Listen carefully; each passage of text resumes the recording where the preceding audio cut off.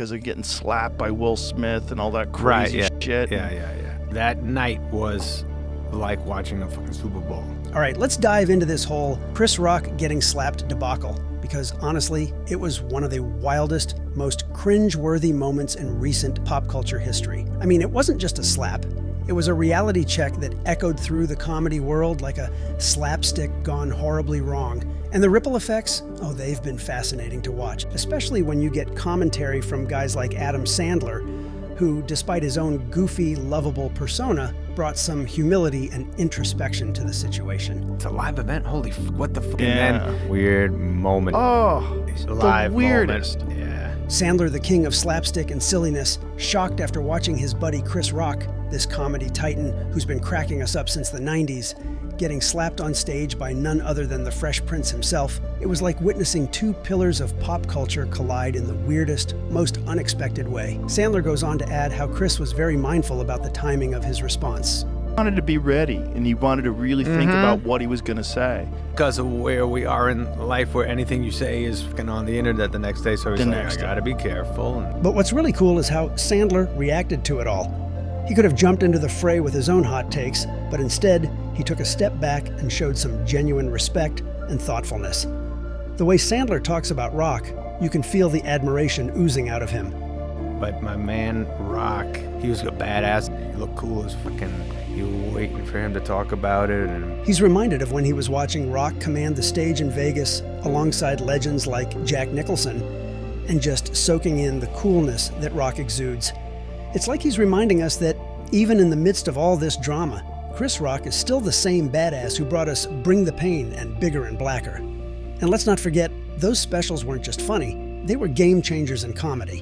When I used to see Chris at the store, whenever Chris would come in and he'd do a set, I'd watch and I'd be like, oh my God. Rock is never wasted a fucking minute on stage, always trying shit out. But the slap, it's almost like it revitalized Rock in a strange way. As Sandler points out, it pushed Rock back into that raw, unfiltered space where his comedy thrives.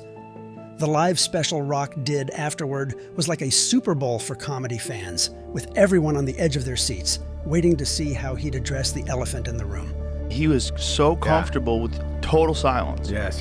Where it wasn't going well, and then he would catch fire and then start killing. And then they're like, oh, it is Chris Rock. Yeah. And boy, did he deliver. It wasn't just about the slap, it was about everything.